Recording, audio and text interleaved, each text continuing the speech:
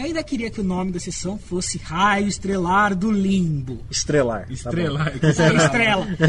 Como que fala? Raio Estrelar. Estelar. Raio Estrelar. Deixa eu escrever que eu consegui.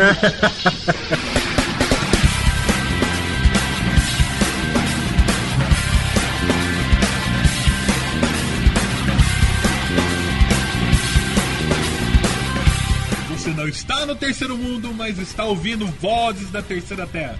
Eu sou o Netão. Eu sou o Rodolfo. E eu sou o Marcelo. E nesta sessão invocaremos os antigos espíritos do mal. Malditos Thundercats.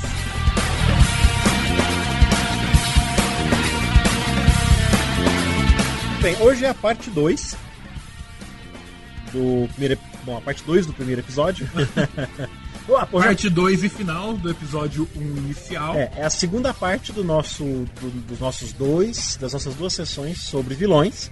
Nossa, beleza. A primeira foi a sessão 23, que é Eu Espero Que Você Morra, e a episódio 24 hoje. Neto, me dá as datas, por favor. Não nada, Hoje é dia 13? Hoje é dia 13 de maio. E que dia que vai sair esse episódio? Olha, eu tô trabalhando com o número o dia inteiro, eu não quero fazer conta. Dia 18. Então esse episódio está sendo gravado um pouco mais tarde hoje, porque eu tive dentista. O episódio está sendo gravado dia 13 e vai sair no dia 18 de maio. Se tudo der certo. Semana retrasada, nós falamos sobre os vilões a partir de suas motivações. E esta semana falaremos dos vilões a partir do modus operandi. Quer dizer que vai dar pra fazer mais cartinhas pra eu sortear. Em anexo, junto com esta postagem, vai ter um arquivo em PDF com cartinhas. São duas páginas.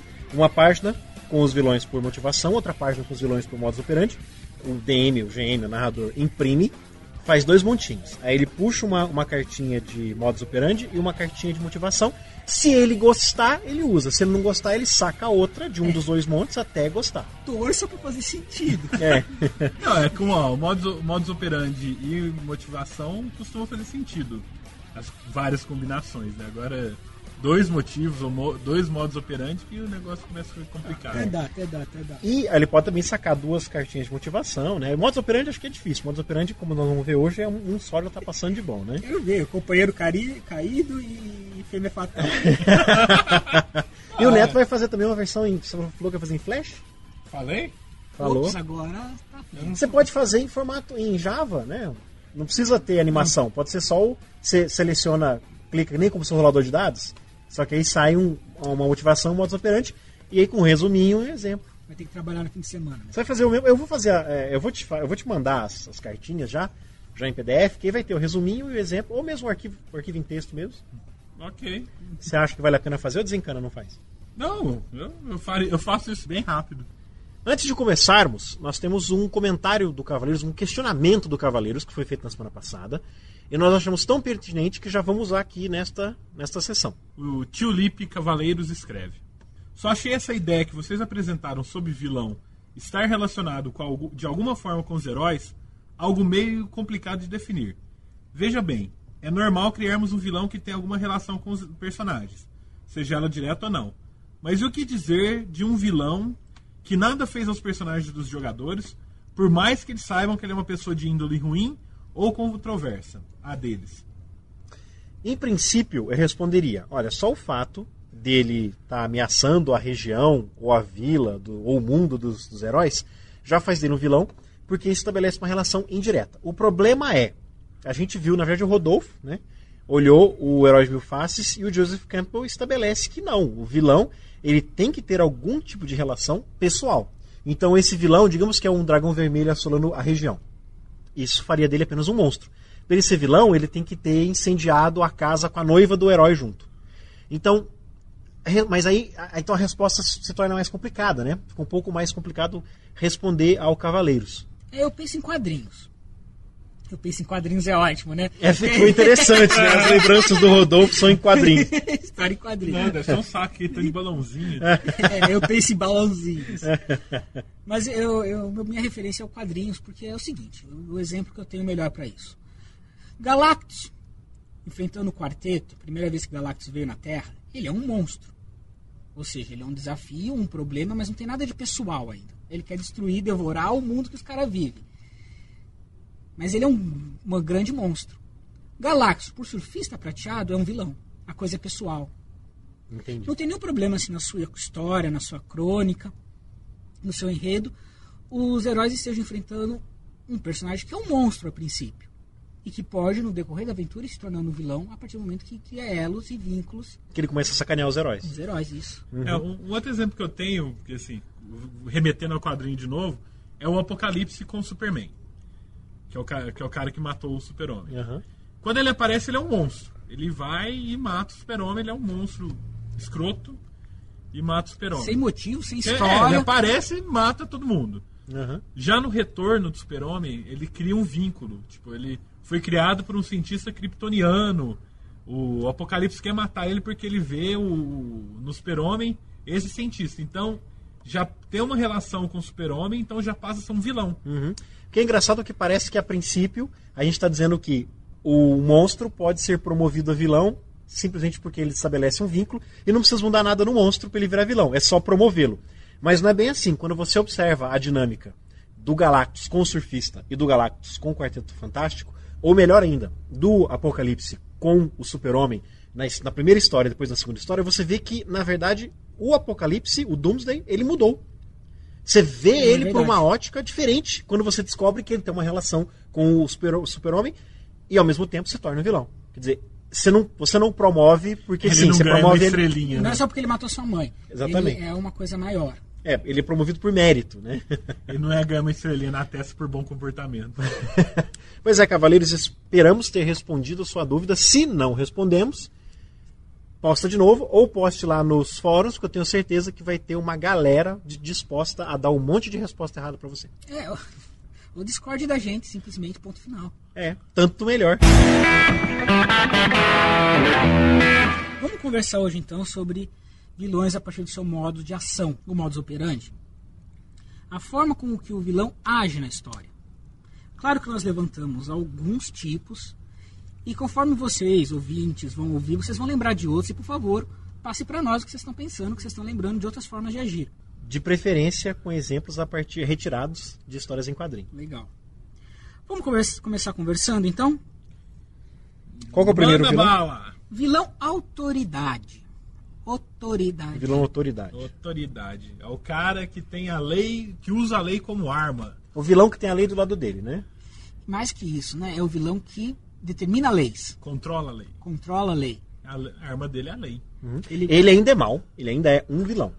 Mas Sim. ele se esconde atrás da lei, ou ele se aproveita da lei, Ou ele usa a lei. ou ele usa a lei, ou ele cria a lei, como por exemplo o xerife de Nottingham. A lei estava do lado dele porque ele era a lei. Né? O príncipe John, da mesma história. Qualquer história em que o presidente é maligno. O Dr. Doom, por exemplo, ele é o Lex Luthor, quando foi presidente. Lex Luthor. Então, esse tipo de exemplo é muito bom quando, no cenário de fantasia, por exemplo, quando o vilão ele faz a lei, porque ele é um lorde, ele é um rei. E é que no começo os jogadores não vão enfrentar o rei, né? Eles vão enfrentar o barão. Mas ele também funciona em cenários contemporâneos e em cenários futuristas, quando ele se aproveita de uma lei corrupta ou de leis dracônicas. É muito mais fácil. Quando você tem um sistema justo, é muito difícil você ter um vilão do lado da lei. Mas isso pode acontecer aqui. Por exemplo, alguém com imunidade diplomática. Como no exemplo de Máquina Mortífera 1, né? Que o vilão é um que chama? Embaixador. O Jornada nas Estrelas até que dá, eu não estou conseguindo lembrar de nenhum agora. Não, tem sim. Tem um episódio em 2 partes de Deep Space Nine que eles vêm pra Terra, que eles estão achando que os metamorfos lá, como é que é, o Dominion, os fundadores já estão na Terra, sacaneando e sabotando. Tem lá o Zé Rodrigues, que é o ator igualzinho o Zé Rodrigues. Putz. Que ele tá usando a lei, manipulando a lei que já tem, né, usando de seus poderes de almirante justamente para deixar a Terra num estado marcial, para ele poder ter o controle total. No final, ele era o vilão, que a gente falou do modus operandi, das motivações, ele era o vilão magnânimo, ele se achava do lado certo, ele não se via como vilão. Mas isso é interessante, é difícil pra caramba, você tem que ter uma história cheia de reviravoltas e dobrinhas, e e exceções pra você História conseguir. gorda, cheia de dobrinha. Num cenário em que as leis são justas, as leis, né, estão corretas, pra você ter um vilão desse. É muito mais fácil num lugar que já tem leis injustas. Mas dá pra fazer. Dá pra fazer. É uma história no Império Romano, você vai enfrentar Nero. Ele quer botar fogo na sua casa. Ande com extintores de incêndio. Isso é legal, né? Pô, ande com extintores de incêndio. Em Roma, ande com extintores de incêndio. E o vilão trapaceiro? O cara que o jeito de ele agir é de sacaneando. O trapaceiro é o trapaceiro, o enganador, o que tá mentindo, o que tá sabotando. Como é que chama aquele personagem, aquele vilãozinho colorido lá da DC, que foi quem salvou todo mundo na Vingança de Todo Mundo? O trapaceiro. Chama trapaceiro. Que bom. Pelo menos não era homem absorvente, né, cara? Nossa, homem absorvente é triste. Então, quando eu penso nesse vilão, geralmente eu penso em um vilão que não tem tanto poder.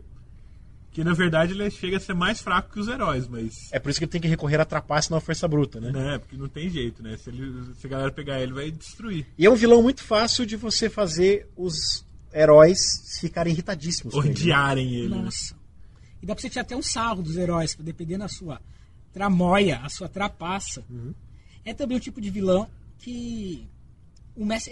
também não. O Messi se diverte muito e o jogador odeia. Uma boa maneira de fazer o vilão trapaceiro é ter a motivação dele como vilão traidor, e aí ele ser um personagem, um NPC. Você se aproveita do fato de que você está com 3 jogadores no jogo de Shadowrun e você precisa de 4. E não tem ninguém que é o... Como é que chama o cara? O hacker. Mas tem um nome no Shadowrun. É o... Visor, sensor... Não, o Fusor ele Fusor. Não, o Fusor é o piloto, né? Isso. É, ninguém gosta de ser o cara da internet lá, porque chama. Enfim. Adepto da virtualidade. Você confundindo os jogos, Rodolfo. E aí você tem, todo mundo é porradeiro, não sei o que, brutamonte. Você precisa de um cara, um hacker. Você coloca ele como NPC. Deixa lá 3, 4 aventuras. Na 5ª aventura, e aí você vai anotando coisas em que tá dando errado pro grupo de Shadowrunners, e na verdade é ele que tá fazendo dar errado. E aí na 5ª aventura ele se revela como o traidor e trapaceiro. E aí ele passa a ser vilão daí em diante. E faz com que ele saia rindo pelas ruas, assim. A polícia cerca o Shadowrunners, ele tava do outro lado e sai rindo.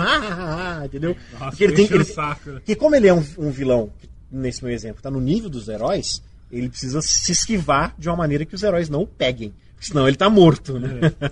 Mas ele é um vilão inteligente, né? Mas ele tem uma grande possibilidade de ser o mais odiado, né? Muito. Se você fizer direito, se você pensar nele sacaneando mesmo, porque o DM pode se aproveitar do fato de ele estar sabendo tudo que os jogadores estão fazendo.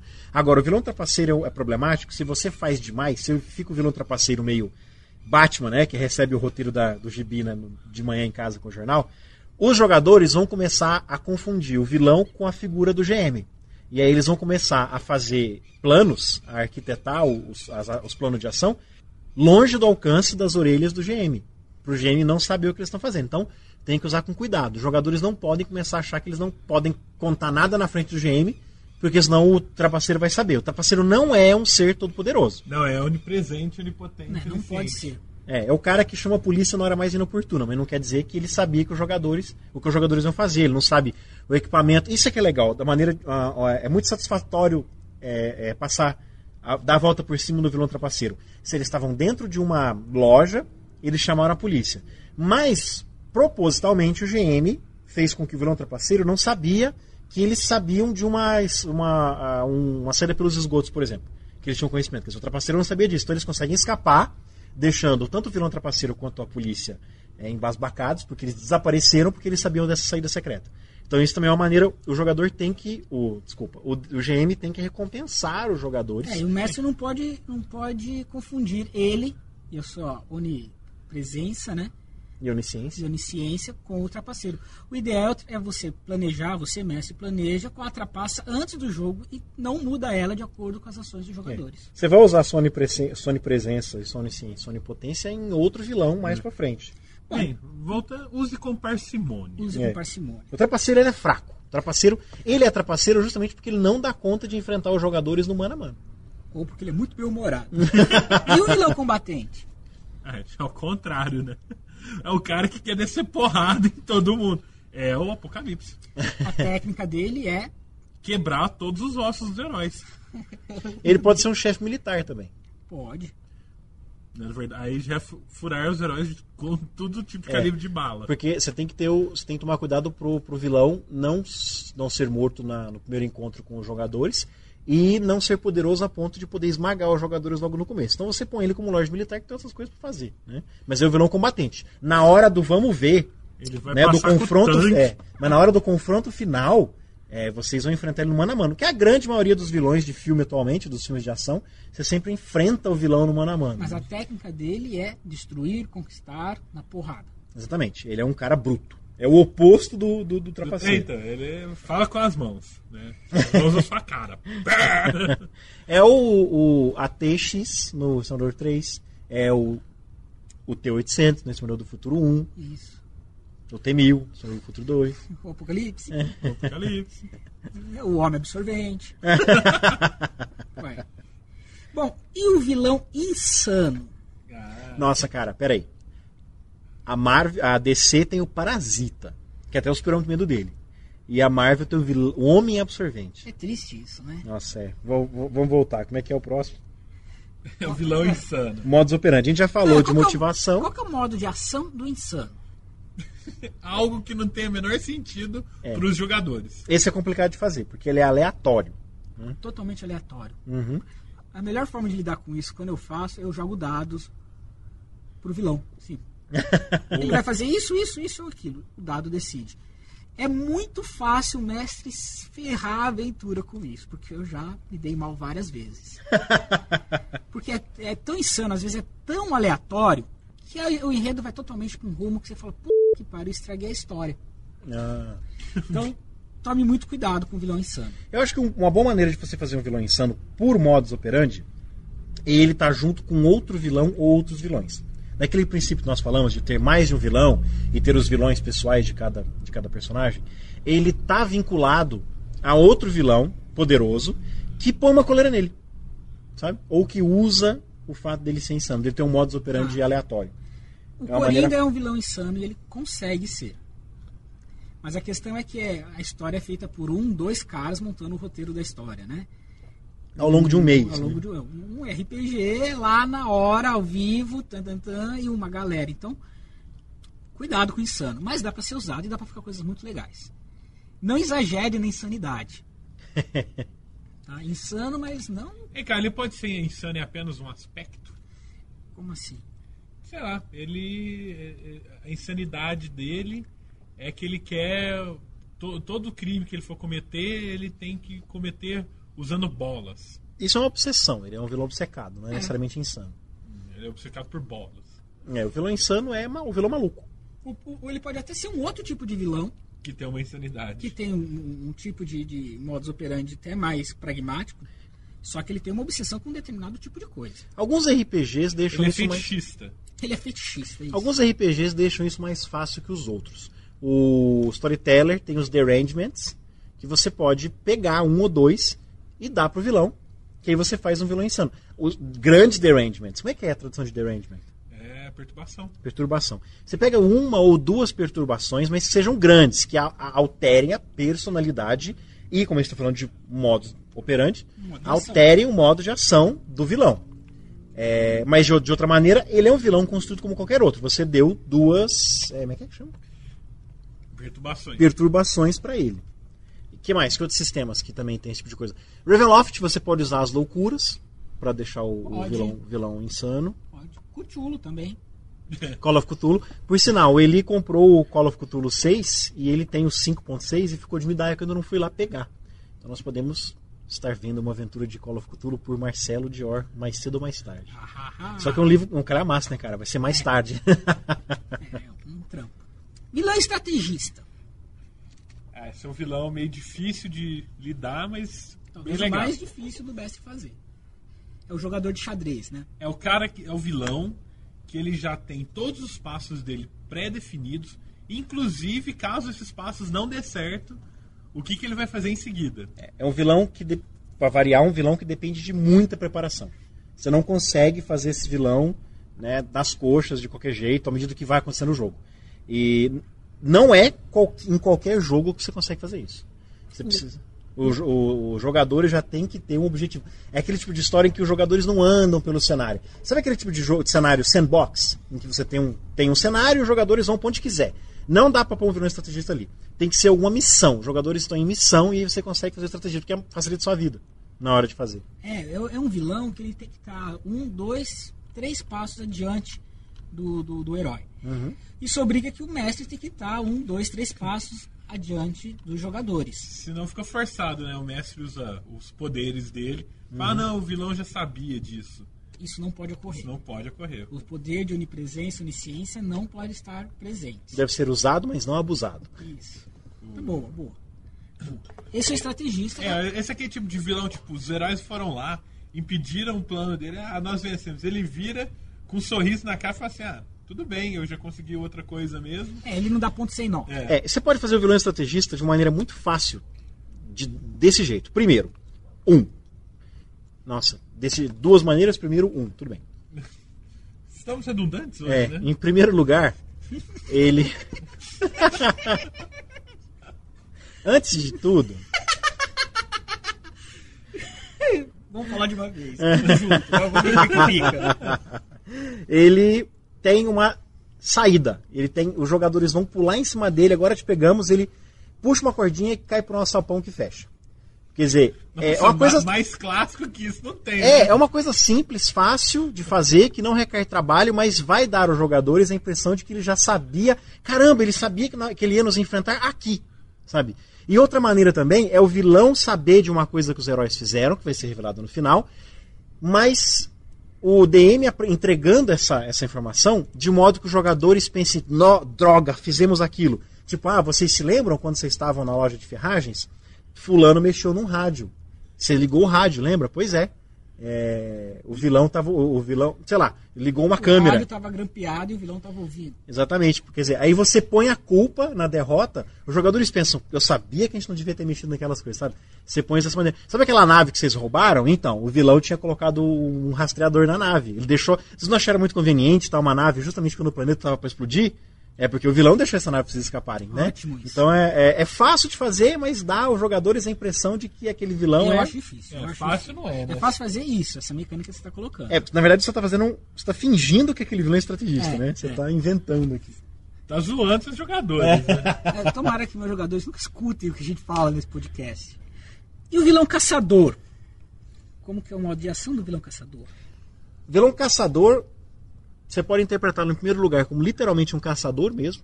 Tem aquele... Craven. É o Craven. Ou do desenho do Batman do Futuro. Tem um cara lá, um meio ciborgue, assim, careca, que eu nunca lembro o nome dele, que ele vai pra Gotham City justamente para caçar a maior presa de todas, que era o Batman. Então ele tem... As armas dele são meio que arma do Predador. O Predador é um caçador. É um caçador, beleza. Mas ele é um monstro, né? Sim. O Predador é um monstro. Mas ele tem... o comportamento de caçador. Acho que não tem outra maneira de explicar. Ele é um cara que vai caçar os heróis como se estivesse na floresta. O objetivo dele é conquistar alguma coisa, nem que seja os heróis. Uhum. Geralmente né? Ele quer conquistar os heróis. Sei lá, botar a cabeça. Ele está caçando em busca de uma coisa obsessivamente. Pode ser os heróis, pode ser alguma coisa, os heróis se intrometem. Pode ser, ele pode... Ele pode estar caçando o último dragão que está sobre a tutela dos heróis. Não, eu pensei no unicórnio, mas não é só um dragão. Esse unicórnio é muito bicha, né, velho? Por quê? É porque você nunca enfrentou um unicórnio antes, cara. Meu único unicórnio que eu tenho respeito é o unicórnio negro do jogo de lobisomem. Por quê? Porque ele tem o dom de ataque mais poderoso que existe. Qual é? A patada do unicórnio negro. Por que eu pensei que o nome ia ser diferente? O que faz a patada do unicórnio negro? Os seus dados de força são sucessos, que nem potência. Nossa. A força é potência, entendeu? Porra. Beleza. Esse é o caçador. E o vilão político? Vilão Esse político é chato, né? ele é maior ainda que o vilão autoridade. O vilão autoridade pode ser um delegado. Pode ser um xerife. O vilão político... Ele não precisa necessariamente ser um político. Né? Ele não precisa ser uma figura do poder legislativo. Ele não é o Paulo Maluf, tá? É verdade que o Paulo Maluf... É um monstro. Paulo Maluf é um monstro. O vilão político é que ele age de maneira política. Ele é o vilão que, na hora do vamos ver, ele fala para os heróis, olha, vocês podem me matar agora, ou vocês podem se aliar a mim, porque tem aquele grande octopus do espaço que está vindo destruir o prédio, vocês estão aqui dentro, e se ele destruir o prédio, nós somos a única maneira de enfrentá-lo. Se nós perdemos tempo aqui nos destruindo, ou se vocês me derrotarem, vocês não vão ter força suficiente para impedir que ele destrua o resto do mundo. Ele negocia com os jogadores. Ele fala assim, olha, tudo bem, vocês me pegaram, mas só eu sei onde está o presidente. Então, vocês me deixam escapar, vocês podem destruir a minha máquina do juízo final, mas vocês têm que me deixar escapar, senão eu não conto onde está o presidente. Ou então, se eu morrer, se meu coração parar, explode uma bomba numa escola. Ele negocia. Além de negociar, ele também é simpático, carismático. Exatamente. Ele cumprimenta você, aperta sua mão, te dá tapinha nas costas. Ele é o vilão que conversa, ele é o vilão do 007. Os vilões que gostam de quando vocês... muito bem, Sr. Bond, você me pegou, agora senta aqui, vamos bater um papo, tomar uma cerveja. Convida a puxar. Exatamente. É o vilão que você argumenta com ele, você conversa com ele. Isso, é um vilão político. Você quase simpatiza com ele às vezes, né? Porque você fala assim, nossa, ele parece com a gente. Tem um problema sério, tipo, por ser alguém que você conversa, os jogadores podem tentar convencê-lo, né? Tipo, não, venha para o lado do bem. Essa é outra coisa. Olha só o que você está fazendo de errado. E essa é outra coisa legal do vilão político, porque ele é o vilão em que você mais facilmente pode colocar aquele aspecto de admiração que o vilão tem pelo herói. Ele pode acabar assim, vocês, como eu, ouvira só para um dos heróis, você, como eu, um apreciador de obras de arte, pois veja minha coleção. Ele tem uma analisa, sabe? Então, quer dizer, ele procura maneiras... Todo ele vilão, tem a né? cabeça do Da Vinci, a cabeça do Michelangelo. Porque todo vilão se identifica com o herói. Então esse é o mais fácil de você transparecer isso. Você mostrar... Dá mais espaço para você trabalhar Ou isso. Ou seja, ele fica muito bem com o vilão, com o magnânimo. Magnânimo. Gente, vamos lá. E o vilão instituição? Esse é complicado, hein? É o vilão coletivo. O vilão que não tem massa. O vilão que não tem uma cabeça para você cortar. Pode ser tanto o Departamento H do Canadá, ou pode ser os Illuminati. Que por sinal o filme estreia sexta-feira, né? Ou o FBI, no caso do Mulder e Scully, né? No Arquivo X. Pode ser. Ou tem aquele grupo, aquele círculo interno que a gente não faz ideia de quem que seja, ou o próprio FBI, o próprio governo, né? Mas ainda assim os jogadores vão eleger alguém dentro da instituição para odiar mais que os outros. Tá aí a parte mais importante de usar o vilão instituição. Você pode até personalizar a instituição em algum vilão, permitir que os jogadores o derrotem ou o matem, você entrega a cabeça dele para eles. Só que a instituição continua, aparece outro. Isso assim você vê o tentáculo. Exatamente. Então é o vilão que você... se você gosta de colocar, ou quer colocar, o vilão que nunca será derrotado, use o vilão instituição. Porque como é que você derrota uma coisa que você não sabe onde está? Você não sabe quem governa. Ou se você matar todo mundo que lidera, o segundo escalão sobe para tomar conta. Que nem fizeram com a Umbrella. Você destrói ela financeiramente. Tá. É uma saída. No caso do governo, jogue o país numa guerra civil. Tem outras, mas é muito difícil. Exige um trabalho, uma preparação. Até que o Resident Evil, a Umbrella durou 5 jogos, né? Foi do 0 ao Code Verônica sendo Umbrella, né? Só a partir do Code Verônica que ela é realmente derrotada. E aí no 4 você tem outros problemas. Mas sempre é o legado da maldita instituição que você derrotou, né? O titereiro. O que é titereiro, Neto? Esse é um dos vilões que a gente precisa agradecer a Polymancer Magazine. Vamos aproveitar e agradecer novamente, né? E ao dicionário. E a língua portuguesa, por que não, né? Que nos presenteou com essa palavra tão bonita, titereiro. Então eu quero agradecer mais uma vez, apesar de certeza que não está ouvindo isso, eu quero agradecer o Andrew. Mesmo que estiver escutando, não vai entendendo. O Andrew Bernstein, da Polymancer Studios, que nos mandou a Polymancer Magazine volume 2, número 4, porque eu queria uma aventura de pirata e ele me mandou. E sem querer, acabou ajudando nesses 2 episódios que tem uma matéria sobre vilões muito boa. E nós tiramos o vilão titereiro de lá. Ou Puppet Master. Como está no original. O que é um titereiro? O vilão titereiro... Titereiro é muito bom, né? É o vilão que ele nunca age diretamente. Ele sempre usa as seclas, ou pessoas, ou manipulados, que talvez nem saibam que estão agindo pro vilão. Ele manipula de tal forma que ele consiga os objetivos sem ter que sujar as mãos. Quando fala vilão titereiro, a primeira coisa que vem na cabeça é o Scarface. Do Batman, mesmo, do Batman, né? Na verdade é um Muppet Puppet, eu não lembro em português como que é. Na verdade é um puppet. Mas o Muppet que é os títeres.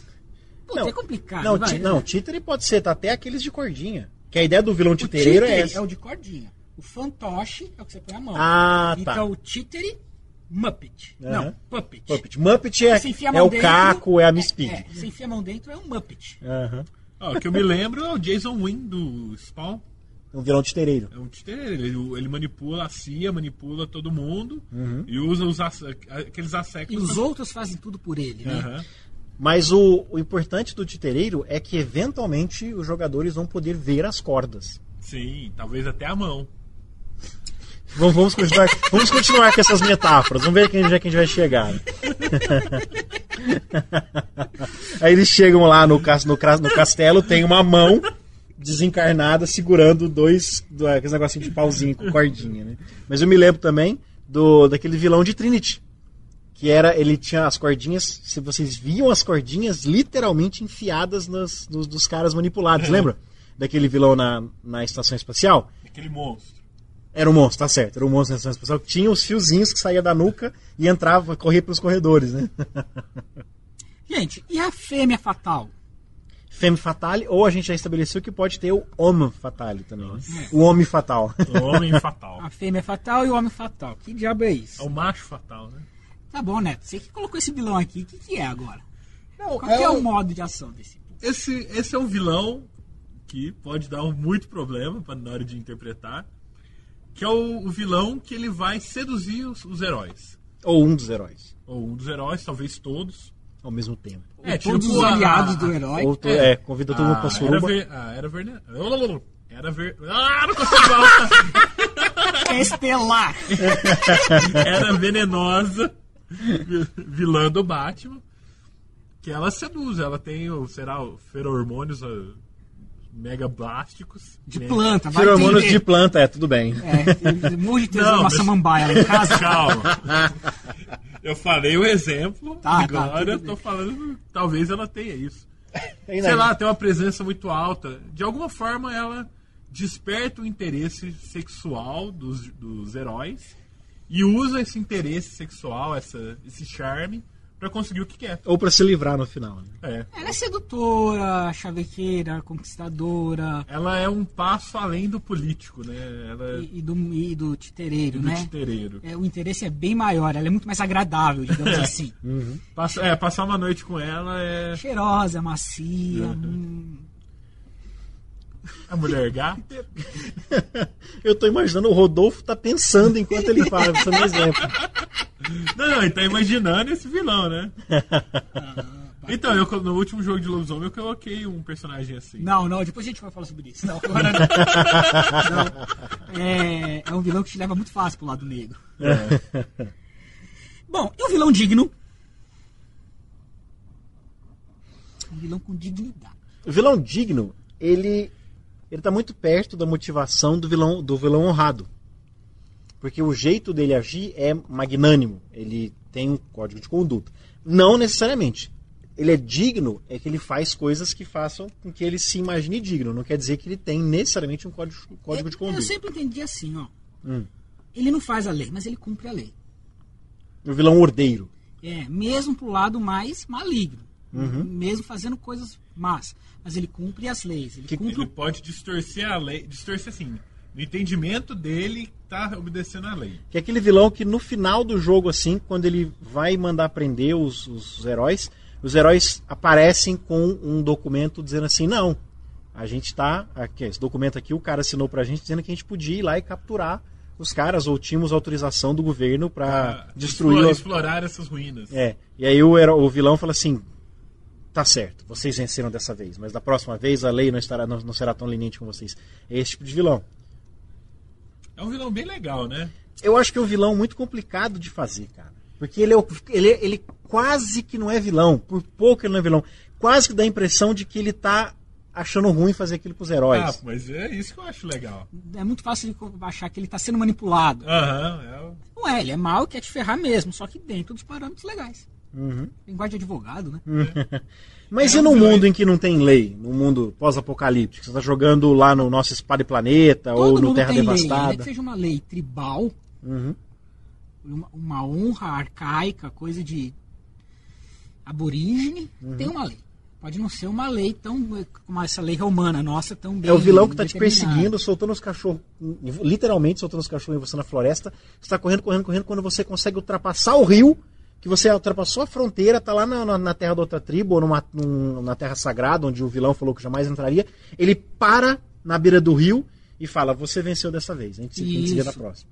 Isso. Beleza. Ou então, agora você me derrotou, então pode ir, porque você me venceu no braço.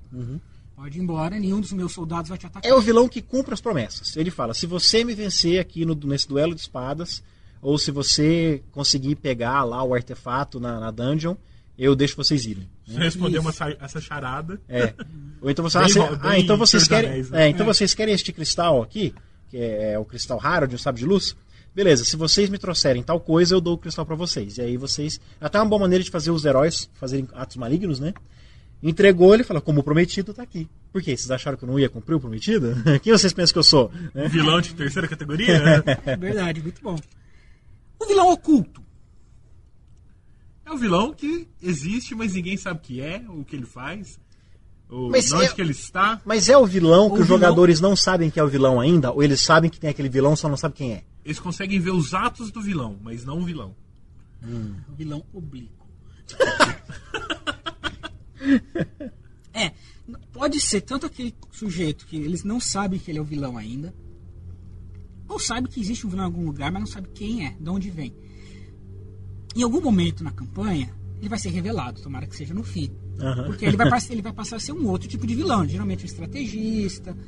É isso onde eu queria chegar. Como o vilão oculto tem data de validade, você precisa desde o começo fazê-lo com... Esse é o modus operandi, ele é oculto. Aí você pega uma das motivações. Porque se ele for só o vilão oculto, revelou, ele não tem nada debaixo do capuz. Ele é bem ele legal é se vilão. for o traidor, né? É bem. Pode Ou o ser. herói caído. A história inteira vai acabar rolando em descobrir quem que é o vilão. Aham. E o modo dele de agir, de fazer suas vilanias, é fazendo coisas que ninguém sabe quem ele é, de onde ele veio. A coisa que eu mais gosto neste podcast, depois que a gente já acumulou um monte de sessões, é a gente começar a remeter às sessões que a gente já gravou. Isso é bom. Nesse caso do vilão oculto, o lugar onde ele mais vai aparecer são histórias de detetive, ou de mistério. Verdade. Histórias de mistério, né, que são de detetive ou de crime, né? O vilão oculto tá lá. Descobrir quem que é o vilão já é uma tremenda história, né? Uhum.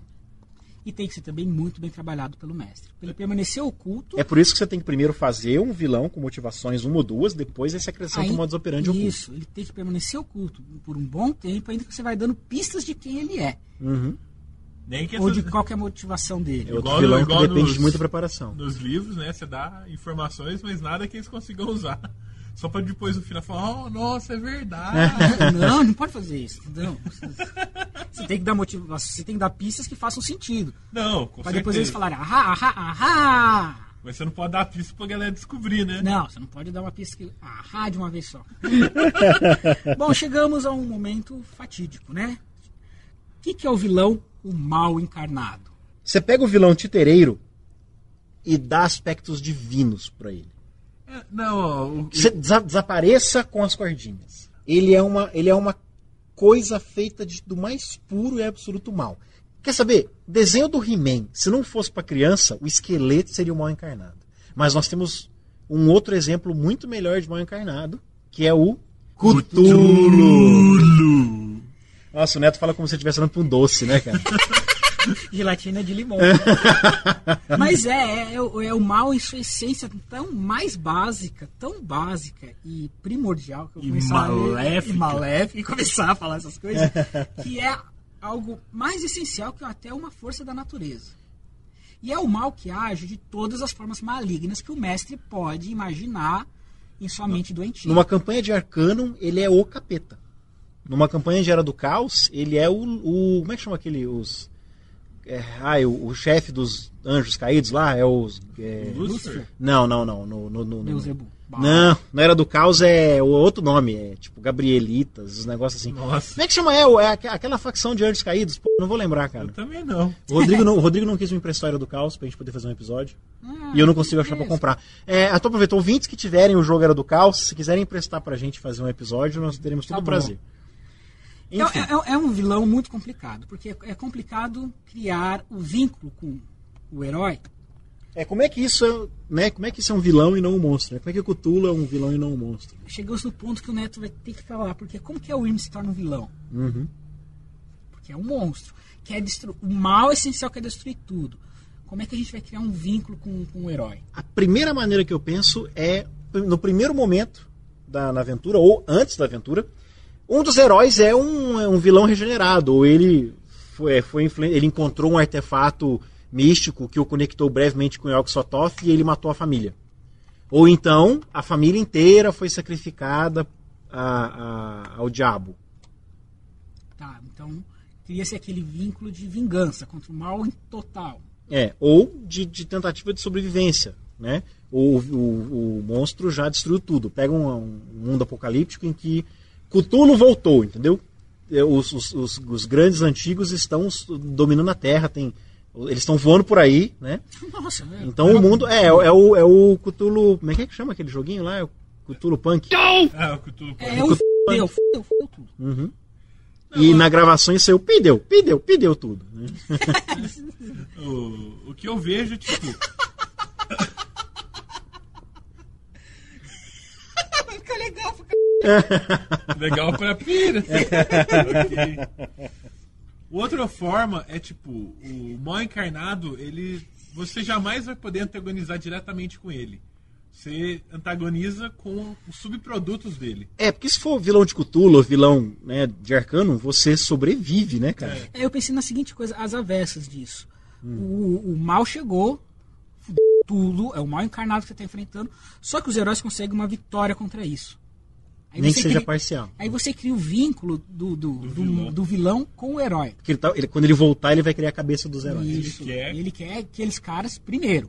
Entendi. Eu quero destruir tudo, mas eu quero aqueles caras primeiro. Uhum. Então vou atazaná-los até o fim.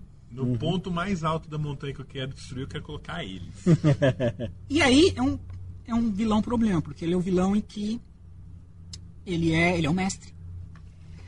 É quando a sua onipresença, onipotência e onisciência podem ser usadas contra os jogadores. Porque o mal encarnado tem tudo isso. Ele é o Deus, né? E ele é mau e ele quer te foder. Mal que nem o pica-pau. O último que nós temos é o vilão interno. O que é o vilão interno? Que a gente deixou de propósito por último, porque ele é de longe o modus operandi mais interessante. E mais difícil de explicar. Ou não, o vilão interno, ele é o lado mal do jogador, do herói, né? Uhum.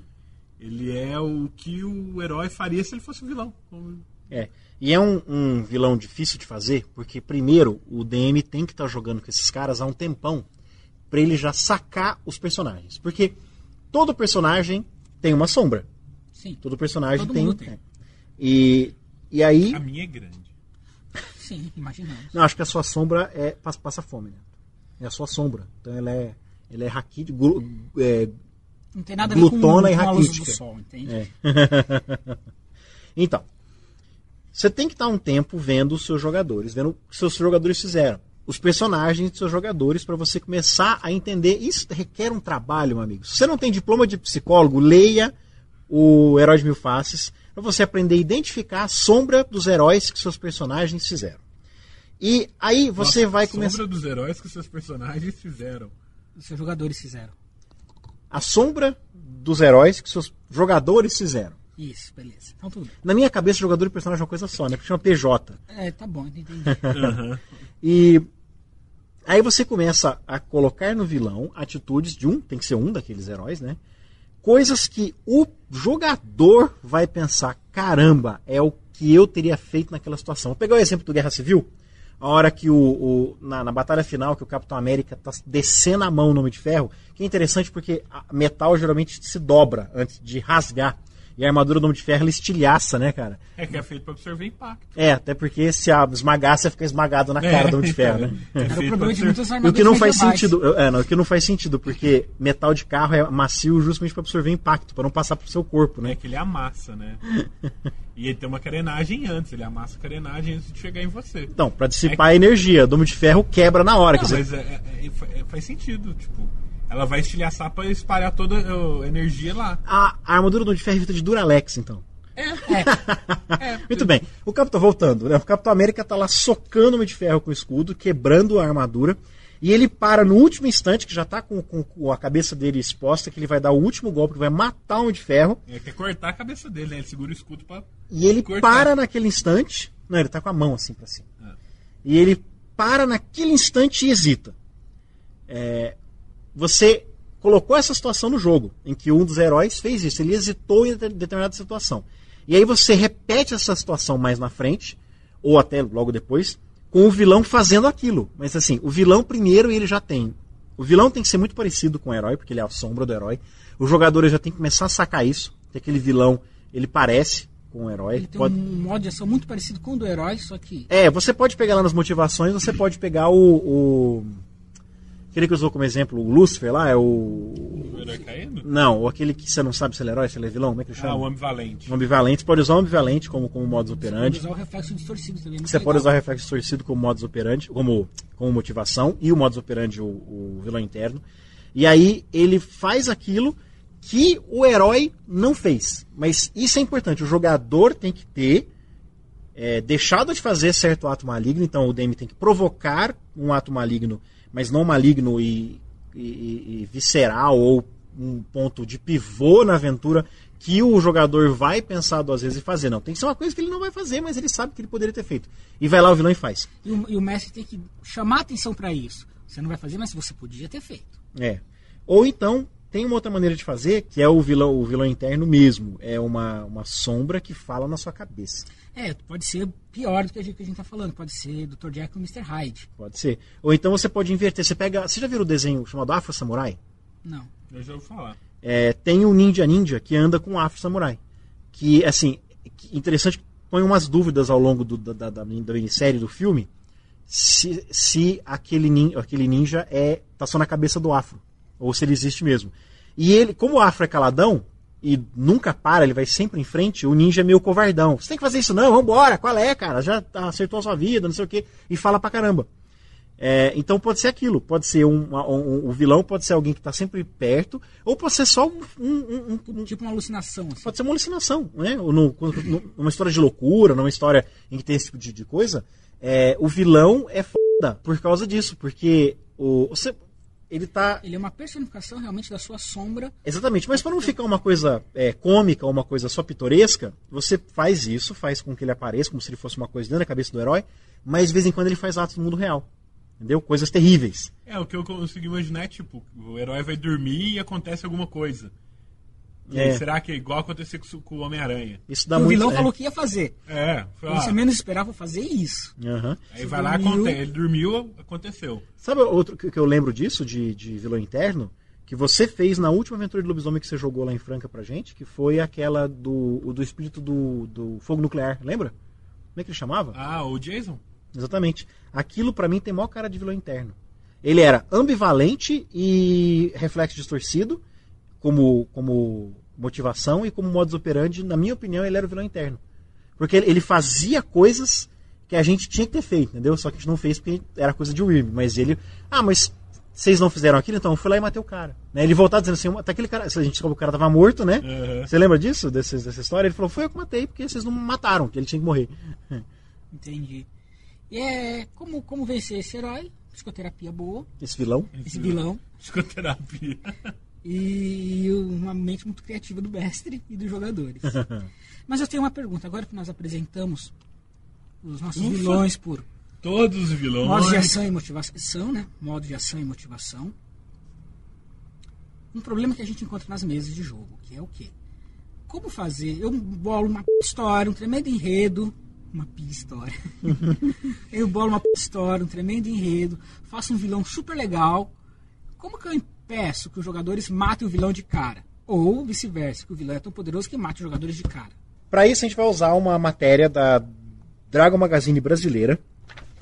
Ela é de... Deixa eu olhar aqui.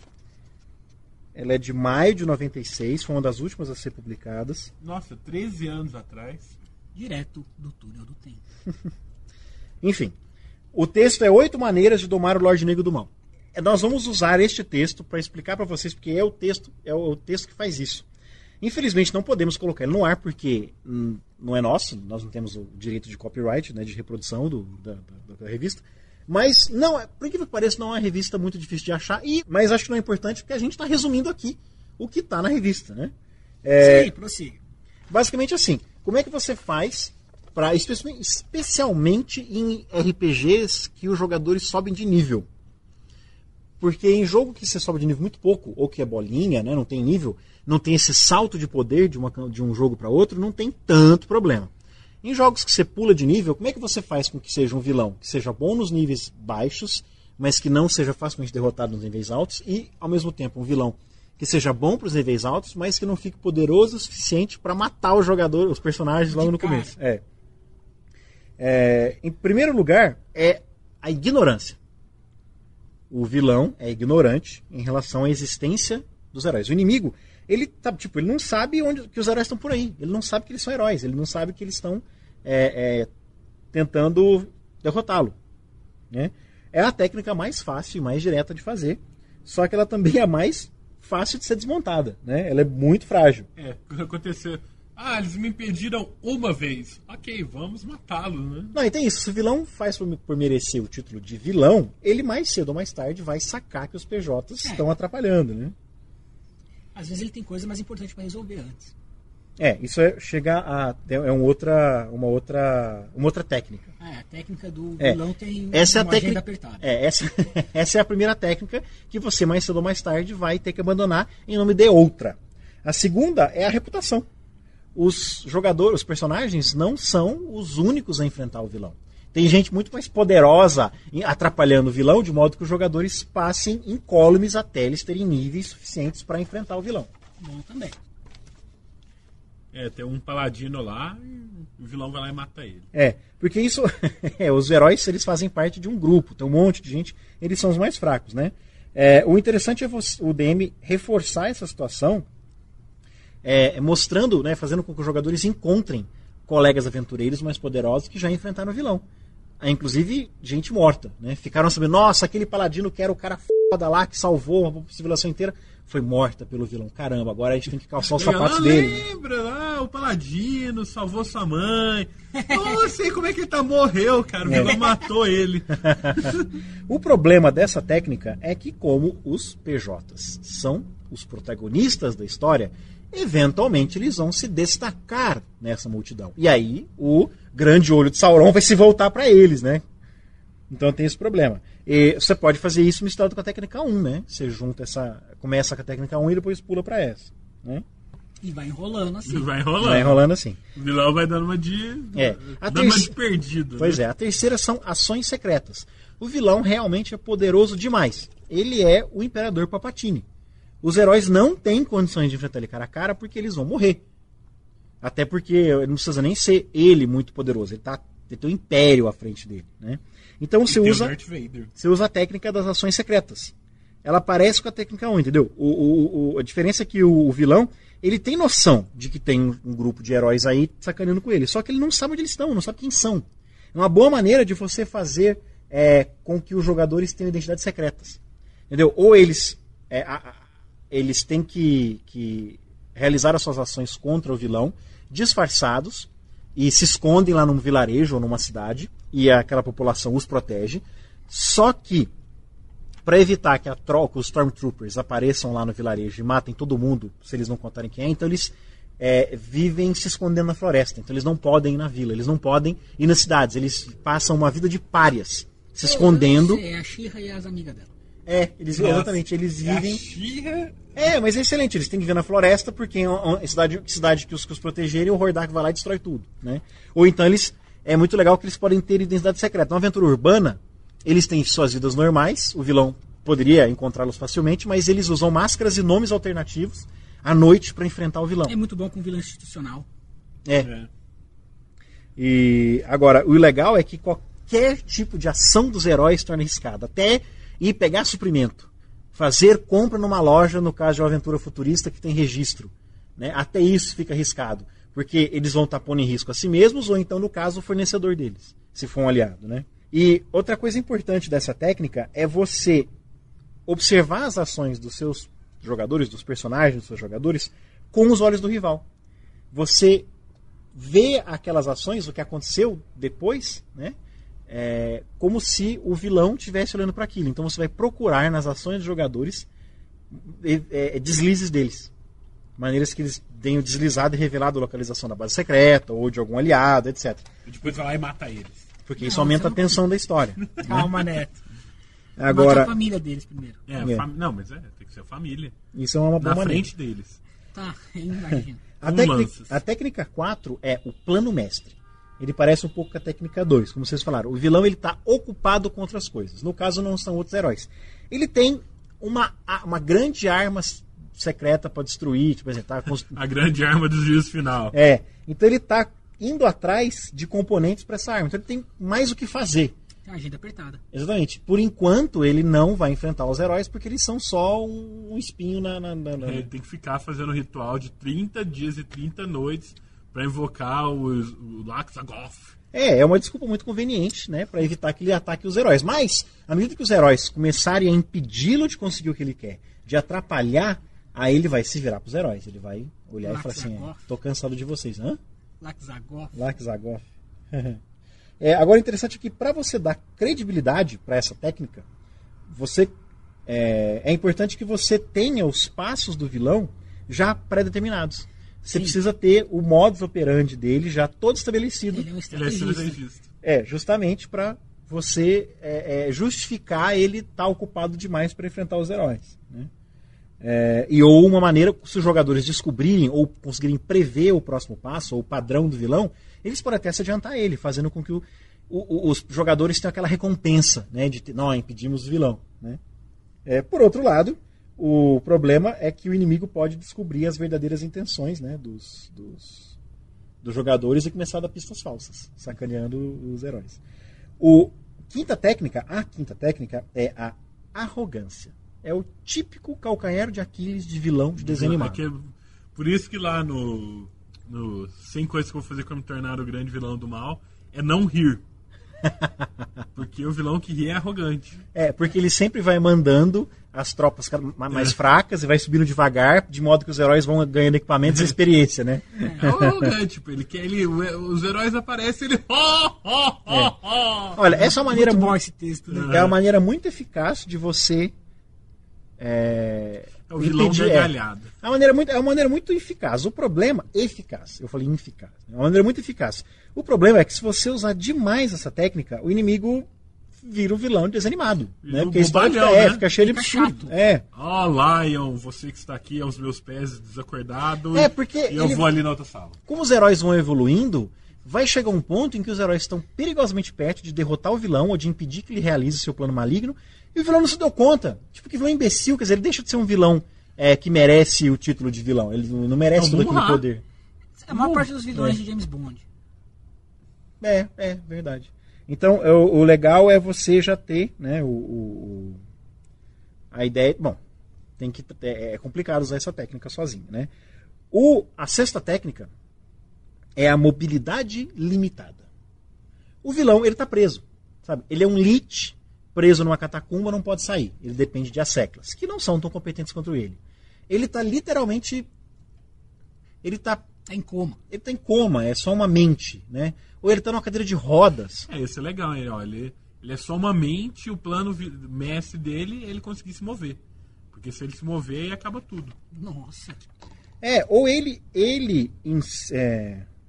tipo, pode ser, né? Ele é Shiva, se ele acordar e dançar, acabou o mundo. Ele pode... Ele tá fisicamente preso, ou ele tem dificuldade de locomoção, porque ele depende de estar perto sei lá, ele é um vampiro muito, muito, muito, muito velho, e ele depende de estar perto da sua fonte principal de sangue, que ele, sei lá, capturou alguns antediluvianos. Nossa. E se alimenta deles periodicamente, não pode ficar longe. Melhor ter um lobisomem lá. Ele é gordo, que nem aquele cara do Duna, dos Harkonnen. Isso, a mobilidade limitada. Tem que usar aqueles aparelhos flutuadores tão gordo. Ele tá preso de alguma maneira, ele é amaldiçoado, ele não pode se afastar da sua torre por mais de 2 dias. Ou então, ele tem uma vulnerabilidade. Pode ser um vampiro, que não pode sair de dia, ou ele, de algum modo, ele sabe... Tipo assim, um dos jogadores carrega uma espada cuja própria visão da espada dá dano no vilão. Mas o interessante é que os jogadores nem sabem disso. Por que o cara não vem atrás da gente, né? É um rádio, né, que não pode ver o próprio reflexo. Enche de espelho a pirâmide dele e pronto. Por que nunca pensaram nisso, né? Então ou Passa então papel laminado. ou então pode ser no Star Wars, pode ser um ser que, sei lá, oxigênio é tóxico para ele respira metano, né? Então ele não pode tem um escafandro espacial para ele. Ou ele fica preso dentro da própria nave. Ele não consegue, né, sair, a gravidade muito forte é letal para ele, uma coisa assim. Ele é uma água viva. Vocês entenderam? Ele é uma água viva, né? Vocês entenderam? De alguma maneira ele tem a mobilidade limitada. Ele não pode ir, ele depende de asseclas ou de poderes mais fracos, né? A sétima técnica é a proteção mágica. Lembra que eu falei do lance da espada lá? Então, alguma força mágica poderosa, tipo, pode ser uma bênção sobre os heróis, ou pode ser uma maldição lançada contra o inimigo. De São Sebastião. Exatamente. É uma coisa que machuca diretamente. Hã? Do Vamp, vocês não lembram? Nossa, não. Mais de 15 anos. Eu não guardo coisas. Eu deixo espaço na minha memória limitada para coisas importantes. Ele tem uma lixeira mental, você percebeu? As coisas importantes então ele não lembra, né? Então, vocês sacaram? Tipo, tem os personagens, eles, sei lá, esbarraram com um livro, leram o livro que colocou uma bênção neles que impede que o vilão consiga atacá-los diretamente. Não. Às vezes eles nem sabem disso. Quando 5 heróis destinados estão juntos, o vilão não pode atacá-los. Por isso ele tem que separar eles para conseguir matar um a um. O problema é que é muito tentador fazer isso, porque é muito fácil, né, usar essa técnica. Só que esse tipo de produção mágica, ela tem muitas falhas lógicas e dificultam muito a aplicação. Tipo, a produção é resultado de uma bênção de um pergaminho, por exemplo, o que acontece quando os PJs, os jogadores personagens, chegam no grupo depois. Né? Eles vão ter essa produção ou não? Eles vão morrer. É verdade. Por outro lado, essa produção também tem que ser portátil. Né? Um dos jogadores tem que estar carregando. E aí, se ele perde essa espada mágica? Acabou né? a proteção.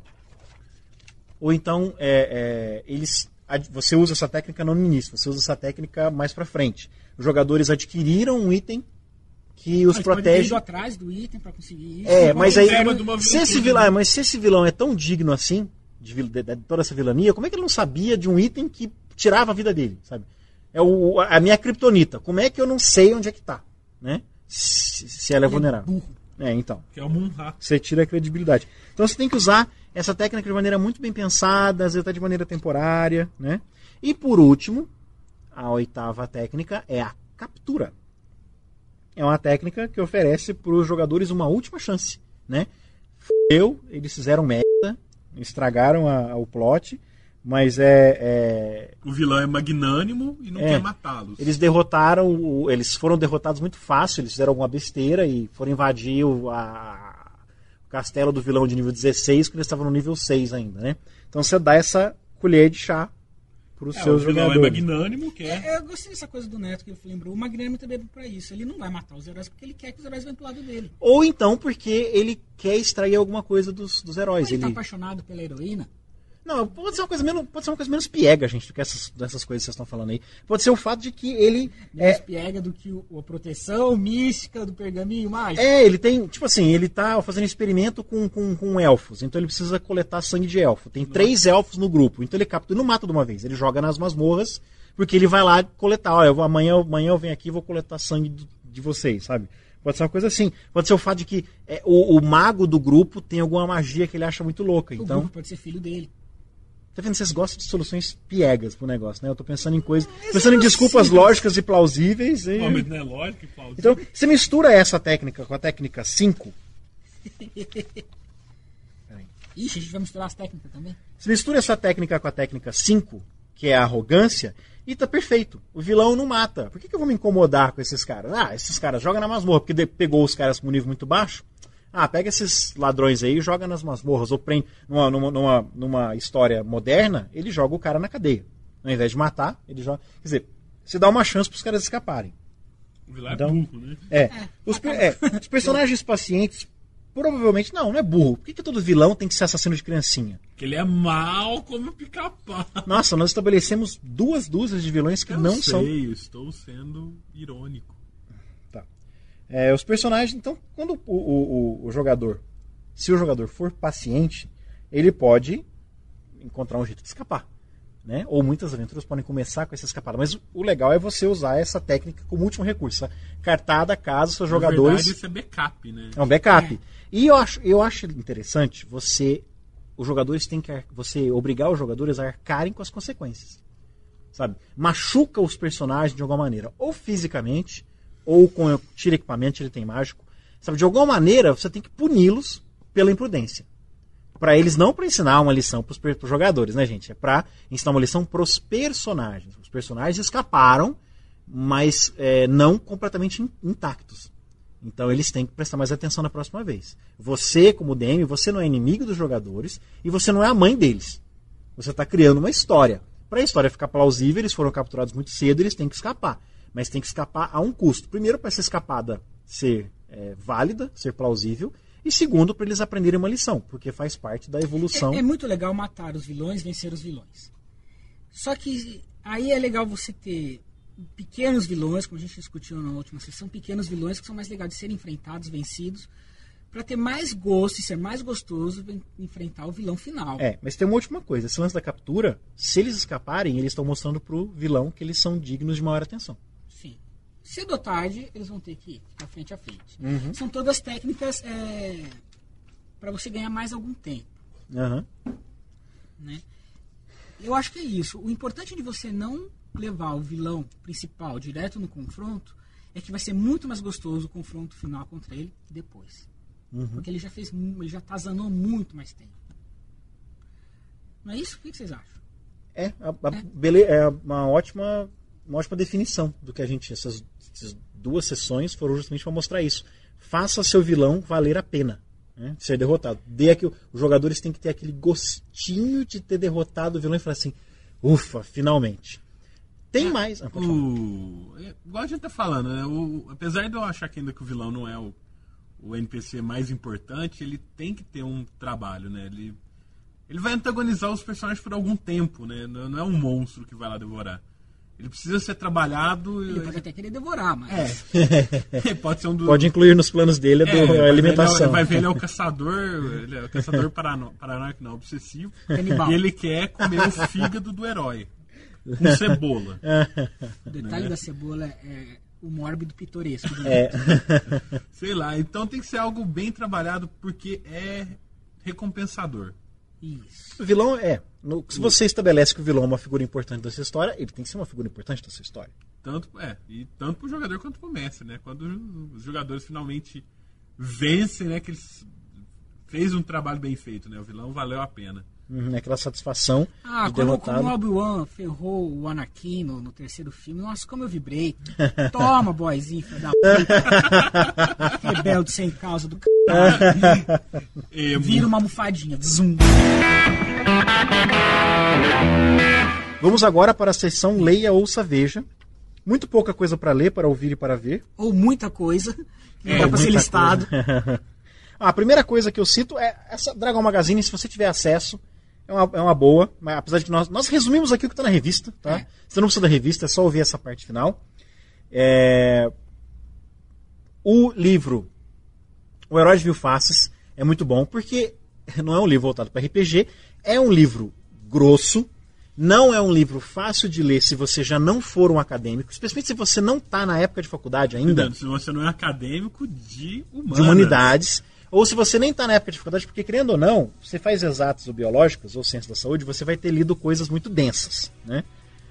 Não, né? Não. Coisa muito densa que eu lia era cálculo numérico, 1, 2, 3. Isso era coisas densas. É um livro delicioso de ler se você fez humanidades ou se você está fazendo humanidades. Se você não está fazendo, é um livro um pouco complicado de ler. Existem resumos dele na internet. Eu dei uma olhada no que tem na Wikipédia. Pra variar, não é muito confiável, porque tem até briga em relação à maneira de interpretar o texto de Joseph Campbell. Todos os textos. Mas não é um livro caro. Você comprou na Saraiva por quanto? R$42. Eu comprei em português, eu comprei o meu em espanhol na Saraiva, acho que foi. Vocês lembram quanto é que eu falei que foi? Foi muito barato. Foi R$17. Foi R$17 a versão em espanhol. É muito legal porque você pode usar tanto para... Você entende tudo quanto há de cultura popular que já existiu. De heróis, anti-heróis, vilões, etc. Muito massa. Tem um texto que resume bem de maneira muito sucinta, mas é bem escrito, que é do Fabiano Neme, do Vorpal, do blog Vorpal. Vou colocar o link nas show notes. Ele resume muito bem parte do livro. Quando ele fala dos aspectos, ele fala da sombra, fala do Trickster. Então é bem legal. Se você não tem saco para ler o livro... Né? Será que eu confundi, então? Foi do Vorpal que eu vi? Não, tem uma matéria sobre vilões. Então, agora não tô lembrando, agora posso ter confundido. Bom, vai estar os dois links lá. Bom, livros mais acadêmicos de humana tem Thanatos, tem Mal, o lado sombrio da realidade. Thanatos é de quem? Lembre-se que a gente tem que dar editor, autor, ano de lançamento. Não lembro nada disso. Dá pra achar. Tá lá na show notes. Né? Os livros que o Rodolfo citou estão lá nas show notes, no Leia Ouça Veja. E vai estar lá completinho com título, autor, editora, ano de lançamento. Vai ficar mais fácil dos ouvintes acharem. Então, esta foi a conclusão das 2 sessões sobre antagonistas vilões. Fechando mais uma sequência do arco antagonistas, do Voz da Terceira Terra. Você que está nos ouvindo nessa noite cálida. Ou no dia, né? Ou no dia ensolarado, as borboletas. Bom, é o seguinte, se você lembrar de outros tipos de vilão, a partir do jeito de agir, do modo de ação... Ou se você tem uma ideia diferente, a gente falou de um vilão de um jeito, você não, mas eu acho que ele é de outro. Se você discorda da gente de algum segundo, escreve pra gente, comente conosco, vai nos fóruns, que vai ser muito legal, porque vai enriquecer o nosso trabalho. O legal de postar nos comentários é que todo mundo vai ver, a gente vai comentar nas comentários. Mas o legal de postar nos fóruns é que os outros ouvintes vão poder discutir com você, e nós também vamos poder discutir. É uma área muito mais adequada. E adequada para discutir esse tipo de coisa, principalmente se você tem ideias diferentes das nossas. E agora um segredinho pra galera: se vocês não viram isso ao longo da semana, eu e o Netão gravamos com Eli via Skype uma introduçãozinha pro conto Vento Frio, um conto de quase meia hora, né? Foi postado, está sendo postado hoje à noite, para quem tá vendo isso, foi postado na quarta-feira, dia 13. Quem visitou o site durante a semana viu. Quem não visitou, volte lá, que vai estar lá. Quem assina através de feeds, né, através de iTunes ou outro programa agregador de podcast, deve ter visto lá, ao baixar este episódio, que tinha um outro. E é o Vento Frio. Vozes da Terceira Terra é uma criação de Marcelo, Neto e Rodolfo. Licença Creative Commons 2.5 Brasil. Atribuição, uso não comercial, vedada criação de obras derivadas. Para mais informações, acesse o website www.vozes.terceiraterra.net. Visite os fóruns TPK Brasil para conhecer os melhores podcasts de RPG do Brasil. O endereço é tpkbrasil.net.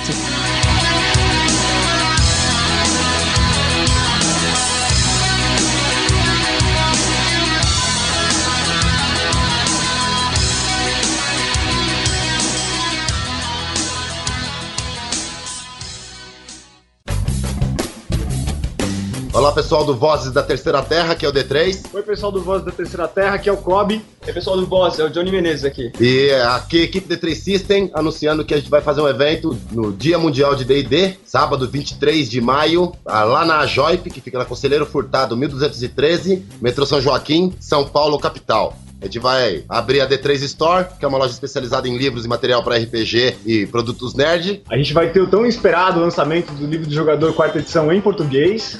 E muitas mesas para se jogar. Apareçam lá, venha jogar com a gente, bater um papo, participar da feira, traga seu livro para vender. Esperamos vocês. Uhul!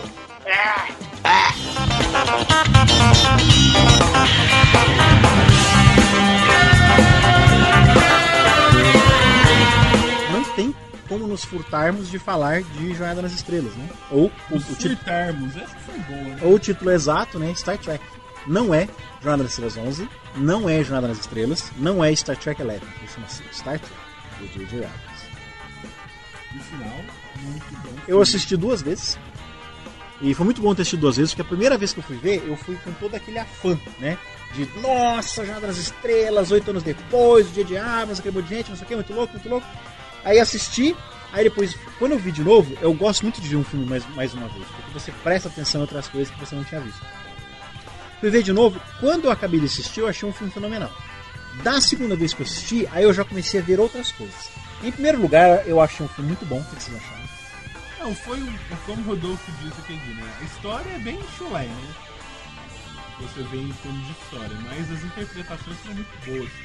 O efeito especial ficou... Mas aí até então, todas as histórias de Jornada nas Estrelas, histórias de metade dos filmes são histórias bobas. O legal é a maneira como essa história é apresentada, né? Agora, depois que eu vi uma segunda vez, eu já não tô achando mais que ele é a oitava maravilha do mundo. Eu tô começando a achar ele um filme bom. Tipo, vale a pena pelas interpretações. Numa época em que a gente está indo ver filme no cinema por causa dos efeitos especiais, os efeitos especiais são os protagonistas. Adoro efeito especial, mas não a ponto de anular o resto da história. Você pode enfiar qualquer história vagabunda, qualquer direção ruim, se os efeitos especiais são bons, né? O que eu gostei nesse filme é que a interpretação dos atores sustenta o filme inteirinho, de modo que os efeitos especiais voltam para o seu devido lugar, coadjuvantes. Eu acho o seguinte, é um filme ótimo. Se você já viu Jornada nas Estrelas da série clássica, alguns episódios, pelo menos. Eu não se vi você nenhum, curtia... muito legal. Mas se você é fã, se você viu a série clássica, se você viu todos os filmes, se você viu todas as séries, tem um easter egg a cada 5 minutos. Fora de brincadeira, a cada 5 minutos eles jogam alguma piadinha, alguma referência pra quem é fã da série. O Rodolfo vai falar muito que tá morrendo de sono, né? Pelo que parece. Ou tá tirando o sovaco aí, não entendi. Ele deitou pra dormir assim. Então eu gostei muito, até o Chris Pine, que eu não dava nada por ele. Eu achei a interpretação. É o novo Capitão Kirk. Cara, tem uns momentos em que você olha pra ele, o jeito que ele faz, a entonação, o movimento do corpo dele, e você fala, caramba, é o Capitão Kirk. Eles fizeram um trabalho muito bom, muito bom. Vários atores, o cara que fez o Scott, nossa, que é o cara do Shaun of the Dead. É verdade, né? Ficou muito bom. E Leonard Nimoy, nossa, que maravilha que eu vi aquele cara fazendo esse papo de novo. Mas, tirando isso, tem uma coisa, não é um problema particular com esse filme, é um problema com a época em que ele saiu. Foi muito bom o jejum de 8 anos de Jornada nas Estrelas, só que é um filme de ação testosterona adolescente, né? Parece um filme do Michael Bay, cara. Ele nem parece um Dia de Armas, parece um filme do Michael Bay, parece A Rocha, parece Transformers. Então isso me cansou um pouco, porque sabe o que é? Ele estranhamente não se parece com Jornada nas Estrelas pra mim. Ele é muita ação, né? Ele tem muito pouco Tecnobabble, acho que tem 2 cenas de Tecnobabble, que você resolve a coisa com tecnologia. Tem cena que seria perfeita em Star Wars. Verdade, aquela cena que o Kirk tá fugindo dos monstros, aquele super Star Wars, né? Mas, gostei muito. O filme é emocionante. O filme é emocionante. Eu não me emociono facilmente com o filme. Aquele filme me deixou assim, com as cenas tristes, eu tava triste junto com eles. Mas, Jornada nas Estrelas, especialmente os filmes, são filmes de aventura. Tirando os últimos, assim, que a nova geração é uma série super filosófica e os filmes ficaram extremamente de ação, né? Muita ação. Mas Jornada nas Estrelas é mais uma aventura do que ação. Não que não possa mudar, não que não possa ser ação de agora, porque assim, Deep Space Nine mudou radicalmente a maneira de a gente ver Jornada nas Estrelas. O universo mudou pra caramba com Deep Space Nine. Ou o Jornada 6, A Terra Desconhecida. É uma interpretação completamente diferente. Mas Jornada nas Estrelas sempre teve muita ação, mas sempre foi focado na aventura. E sempre foram filmes e séries que assim, é o âmago do que é Jornada nas Estrelas. São filmes filosóficos, nem que seja com pano de fundo. Você tem Insurreição, por exemplo, tem uma pusta discussão, né, de o que você deve fazer quando quem tá certo começa a fazer coisa errada, de que lado você tem que ficar. Com o Primeiro Contato, tem a discussão de que o Picard tá levando aquilo pro lado pessoal demais. Na Terra Desconhecida tem lido com o preconceito do Kirk. O arco Jornada nas Estrelas 2, 3 e 4. Você achou que esse filme não teve? Esse filme não teve. Esse filme foi uma viagem de montanha-russa. Tô correndo o risco de ser purista, mas é porque eu gostaria de ter visto isso, porque isso é Jornada nas Estrelas. É como se você fizesse um livro ou um filme de Star Wars sem estar numa guerra. Como é que você faz um filme de Star Wars sem ser uma guerra, né? Star É Wars, uma jornada nas estrelas que tem a exploração, né? Tem uma reação. Né? Exatamente. O legal é que vai fazer muito sucesso, vai vender muito. tem E nós contato teremos aí com- 4, 5, 6 filmes. E aí eu acho que isso é mais legal. Todo primeiro filme é complicado. Você tem que estabelecer as origens de tudo. No segundo filme, os diretores geralmente têm mais liberdade para fazer as coisas. Às vezes faz muito... Às vezes faz, mas é de diabos, né, cara? Ele é Não, o Midas tudo bem. do Hollywood. Você tem uma ideia do que os técnicos acharam, a repercussão do filme? Eu tô sabendo que o filme tá vendendo muito bem. E que até como... já bateu o First Contact do Então era o filme mais bem sucedido de Jornada das Estrelas. Tá, entendi. De vendas, né? Isso. E, se bem que é um pouco covardia fazer isso, porque o primeiro contato é de 96. Quer dizer, os ingressos eram mais baratos naquela época e a inflação, você tem que pegar a inflação de 14 anos. Eu tô pegando isso do site de notícia. Uhum. Espero que eles tenham levado isso em conta. Não, geralmente não. Mas eu ouvi falar de tracks metendo pau, tracks puristas. Mas eu nunca entendi muito bem a comunidade de fãs. Porque você acredita que você faz votação em sites e Nemesis pula como um dos filmes que os fãs, os tracks mais gostam? Nossa, Aquela que horror. porcaria. Pra você ter uma ideia. Nesse ponto eu fico... Então, mas o legal desse filme, que é muito estranho, eu tava pensando, me perguntando, por que esse filme não soa Jornada nas Estrelas pra mim? Sendo que ele é tão Jornada nas Estrelas. Os atores atuando como os atores originais, os uniformes lindões, aquele monte de nave, nossa, a Enterprise pela primeira vez não parece um brinquedinho, né? O que não é Jornada nas Estrelas pra mim? Aí eu me dei conta, é a primeira vez teve uma equipe de produção que começou a fazer os filmes e estava fazendo a nova geração, a partir de 86, né? Pegou o filme de 86, mais em 87, que foi até 2001, com Enterprise e o último filme, que era sempre a mesma equipe de produção fazendo. A Paramount dava sempre para as mesmas pessoas, era mais ou menos os mesmos produtores, mais ou menos os mesmos diretores, mais ou menos... Até o cara que fazia os positivos, que fazia aquelas ilustrações que ilumina por trás, era o Michael Kuda, era o mesmo cara que fazia os painéis. Até esse tipo de coisa, sabe? Até os iluminadores eram as mesmas pessoas. Dessa vez, o filme só é da Paramount, porque ela deu para um grupo 100% novo de pessoas. Então, eu tô acostumado com uma série de filmes e séries de Jornada nas Estrelas, uma série de filmes e uma série de séries, feitas pelas mesmas pessoas. Então você tem uma visão, de certa maneira. E isso desde quando eu era moleque, fazendo desse jeito. Aí, de repente, é sangue novo totalmente, né? 100% renovado quem tá fazendo o filme. Jornada nas Estrelas vai ser daquele jeito de agora em diante. Por mais que eles façam uma outra série de TV, o que eu acho difícil, porque eu acho que Jornada migrou pra filme mesmo. Por mais que faça uma série de TV ou continue fazendo 4, 5, 6 filmes, aquilo ali é Jornada nas Estrelas de agora em diante. Então, eu vou acabar me acostumando. E o que você acha dos que não são fãs da série? Você acha que conquista esse público? Eu acho que conquista mais fácil. Porque é muito diferente. Porque é um tipo de filme super atual. Você assiste a Ira de Khan. Exatamente, você assiste a Ira de Khan.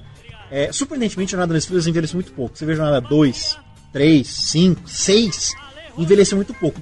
Cara, você vê Jornada nas Estrelas Generations, que é de 94, você não acredita que é um filme de 94. Estranhamente, o filme que mais envelheceu é o 4, né? Que é o filme que até então tinha lucrado mais, até Primeiro Contato, o filme tinha lucrado mais. Jornada nas Estrelas sempre lucrou a mesma coisa dos filmes. O 4, como ele se passa no então presente, ele lucrou um pouco mais. É o filme é o filme mais sem violência de todos os filmes de Jornada nas Estrelas. Ele não tem uma ação violenta. A única ação violenta do filme é o Tchekov, que cai lá e se machuca, mas é ação violenta porque ele escorregou e caiu, né? Não é uma ação violenta ativa, uma ação violenta reativa. Eu gosto muito do só que eu acho ele mais divertido, só que ele envelheceu muito, mas envelheceu muito rápido. Tanto é que hoje ninguém assiste mais, só fã mesmo. Então, você não conseguiria atrair fãs novos com aquele tipo de filme ou de série de TV. Tanto é que Enterprise naufragou. Porque o público já estava saturado e o público criou outra coisa, né? Depois de 11 de setembro, ou o mundo como está hoje. Geração, né? Então, assim... Muitas outras séries de ficção científica, exatamente, criando novos modelos. O público atual quer ver uma coisa mais Battlestar Galactica. Até o que eles fizeram, né? Aquelas tomadas espaciais lembram um pouco a maneira de filmar meio documentário de Galáctica. Então, é um filme totalmente século XX. O primeiro filme, primeira vez que Jornada nas Estrelas aparece no século XXI com uma roupagem de século XXI. Porque a última temporada de Enterprise era super século XX. Voyager se encerrou em 2001, era super século XX. A Nemesis foi aquela porcaria, mas remetia muito aos filmes do século anterior. Então, eu acho que está atraindo muito mais público que não curtia, só sabia que Jornada nas Estrelas era daquele cara de orelha pontuda. Por causa disso, porque tá uma franquia renovada, tá atraindo um público que até então não se interessava por Jornada nas Estrelas. E por que esse público vai ver Jornada nas Estrelas? O que você acha que chama o público que não conhece a série, não tá ligado nisso? Não sei, poderia perguntar. Trailers? Acho que os trailers. Os trailers? Estão entre os trailers mais bem montados que eu já vi. Fantásticos os trailers. É o tipo de coisa, você não curte ficção científica, você vai querer ver o filme por causa dos trailers. O trailer, todas as cenas de ação montadas de forma a ficar alucinante. O primeiro trailer, que é aquele lançado 2 anos atrás, que é a construção da Enterprise, foi um fanservice, né? Totalmente fanservice. Os outros 2 não, foram pra atrair a galera. Tanto que começa, nem parece um filme de ficção científica, da América os 2 começam, né? Pra falar a verdade, eu só sabia que era Jornada nas Estrelas depois de um tempo. Pra mim era Transformers. O tanto de ação que aparece, explosão e gente pulando. Mas parece que eu tô entrevistando vocês, né? Mas a minha pergunta é, e aí, o que vocês acham? Kirk, Spock e McCoy funciona pra nova geração? Esse sim. O da década de 60, não. O que mais me deixa, assim, em relação à atuação, em relação a personagens, o que me segurou bastante no filme, que quando eu me lembro... Sabe aquele lugar em que você vai na sua mente quando você quer ficar confortável? No meu caso, em Star Trek, é o vilão. O vilão Nero, ele é totalmente século 24. Ele é um vilão arrancado da nova geração de Deep Space Nine. Ele foi tirado daquelas séries e jogado naquele filme. Então, ele é o vínculo com as séries que eu tanto gosto. Porque eu cresci vendo a série clássica com a minha mãe, mas me identificava muito mais com a nova geração em Deep Space Nine. Estranhamente, hoje, adulto, eu gosto mais da série clássica do que quando criança. Quando criança eu não gostava. Não, mas você acha que essas personalidades de personagem, Kirk, Spock, McCoy, você acha que isso fará sucesso hoje? Eu acho que faz sim, porque na série clássica... Kirk é um americanoide total, né? Continua precisando de um personagem desse no cinema.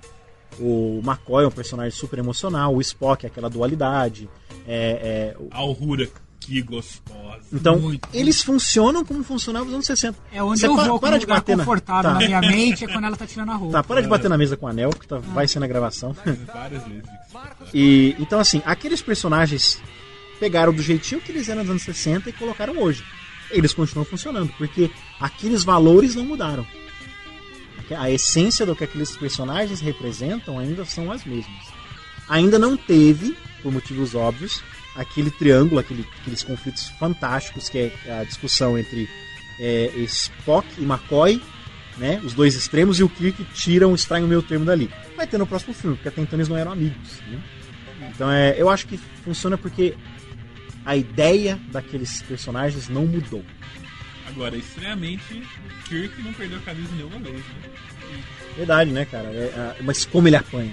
Nossa, velho, como ele apanha naquele filme. Nunca vi ele mais apanha do que bate, cara. Eu nunca vi um protagonista apanhar tanto no filme. Sabe o que a gente deveria fazer? Ele não bate. Ele não bate ninguém. Não consegue, né? Os caras são vulcanos, romulanos. Romulano, é uma galera em cima. Ele não bate ninguém, cara. Ele só apanha o filme. Mas é um metido, né? O cara é metido. Sabe que não, fantástico. Mas é o Kirk, né, cara? Tá certo. É o cara que salva a galáxia várias vezes. E sabe que ele acha que pode. Por incrível que pareça, o Kirk tá mais atual hoje do que há 20 anos atrás. 20 anos atrás era uma época de picards, como é que chama? De ciscos, de Janeways, né? Você precisava daqueles caras. Mas é que você viu o Capitão Archer, que é um capitão pós-queda pós 11 de setembro, é um herói super mais assim, os fins justificam os meios, cheio de dualidade, etc. Aqueles heróis puros não cabiam mais. O Kirk, que é o cara que faz aquilo por diversão, faz aquilo que curte e não pensa duas vezes antes de jogar o manual pela câmara de descompressão mais próxima, ele está surpreendentemente atual. Você precisava desse tipo de herói no auge da Guerra Fria, nos anos 60, e você precisa desse herói hoje. E melhor, né? Ele é divertido. Ele é divertido, porque ele não é um herói meio corrompido, cheio de dilemas como o Archer é. Ele é um herói mais divertido, um pouco mais puro, né? Divertido, ele dá a impressão que ele tá se divertindo com tudo aquilo. E você curte isso também. Isso é importante. Até para atrair um público mais jovem. Você cria mais vínculo. Eu acho que você cria mais vínculo com o Kirk do que com os outros capitães. Os capitães estão num nível muito 24.